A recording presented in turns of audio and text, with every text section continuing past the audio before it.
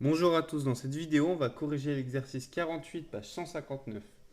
Donc dans cet exercice, on devait résoudre 4 inéquations, et chacune de ces inéquations faisait intervenir la fonction inverse, 1 sur x. Et on devait les résoudre graphiquement. Donc ici, on a un graphique où on a tracé la courbe représentative de la fonction inverse, ici en verte. Ok. Donc, on va voir comment on fait pour résoudre ces inéquations. Donc, la première, c'était une inéquation de la forme donc 1 sur x inférieur ou égal à 4. Donc, on va voir comment on fait pour résoudre cette inéquation. Donc, déjà, on a tracé la droite y égale 4. Pourquoi? Parce que ça représente du coup tous les points qui sont d'ordonnée égale à 4. Et nous, on veut savoir quand est-ce que notre fonction elle est inférieure ou égale à 4. Quand est-ce que 1 sur x est inférieur ou égal à 4? Donc il faut savoir, nous ce qui nous intéresse, quand est-ce que c'est en dessous là. Donc on veut savoir quand est-ce que la courbe est en dessous de 4. Donc elle est en dessous de 4, on voit ici, tout ici. Mais on n'oublie pas, elle est en dessous aussi ici. Ok, sur les négatifs, elle est aussi en dessous. Donc du coup, déjà on a dit qu'elle était en dessous sur les négatifs. Donc ça c'est pour x allant de moins l'infini à 0. 0 non compris. Union, on avait dit du coup de là jusqu'à là. Donc à droite, ça va jusqu'à plus l'infini. Mais ici, on veut savoir pour quel x ça correspond. Ici, le x correspondant à 4. Donc on veut savoir quand est-ce que la fonction inverse est égale à 4. Et bien ça, elle est égale à 4 pour x égale à 1 quart. Donc du coup, ensuite, union 1 quart plus l'infini. On prend le 1 quart parce que c'est inférieur ou égal. Ensuite, 1 sur x supérieur ou égal à 2.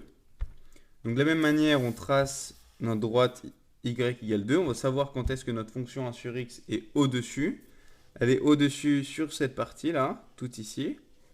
Donc ici, ça correspond x allant de 0 jusqu'ici. Et ici, donc, c'est le point qui est là, l'intersection. Donc c'est le point d'intersection entre 1 sur x et 2. Quand est-ce que 1 sur x vaut 2? Ça vaut 2 pour x égale 1 demi. Donc du coup, notre fonction, la courbe, elle est au-dessus pour x allant de 0 jusqu'à 1 demi. Donc cette inéquation est vérifiée pour x appartenant du coup à, on a dit 0 non compris, 1 demi compris parce que c'est supérieur ou égal à 2. Ensuite, pour le petit c, c'est 1 sur x strictement supérieur à moins 2. Inférieur à moins 2. Donc moins 2 est tracé ici. Ok. On veut savoir quand est-ce que notre fonction elle est strictement en dessous. Bah, elle est strictement en dessous ici. Donc d'ici à ici. Donc à droite, ça va aller jusqu'à 0, non compris. Et ici, du coup, quand est-ce que notre fonction vaut moins 2? Bah, c'est pour x égale à moins 1,5. Du coup, x est strictement inférieur à moins 2 quand x appartient du coup... Enfin, 1 sur x est strictement inférieur à moins 2 quand x appartient du coup, on a dit à moins 1,5. On ne prend pas le moins 1,5 parce que c'est strictement inférieur à moins 2. Jusqu'à 0. 0 non compris parce qu'on n'a pas le droit de diviser par 0. Et enfin, la question D.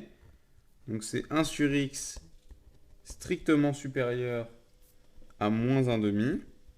Donc on a tracé moins 1,5 ici, là. Ok, elle est tracée ici. On veut savoir quand est-ce que notre fonction elle est strictement au-dessus de moins 1,5. Elle est strictement au-dessus sur la partie de la courbe ici. Ok, parce que là après ça marche plus. Mais par contre elle est aussi strictement au-dessus tout ici sur les positifs, on n'oublie pas. Donc d'abord d'ici ici, donc ça va de moins l'infini jusqu'à moins 2. Donc pour x appartenant à moins l'infini jusqu'à moins 2. Moins 2 non compris parce que c'est strictement supérieur à moins 1,5. Union, et après on avait dit sur tous les positifs ça marchait, donc union 0 plus l'infini.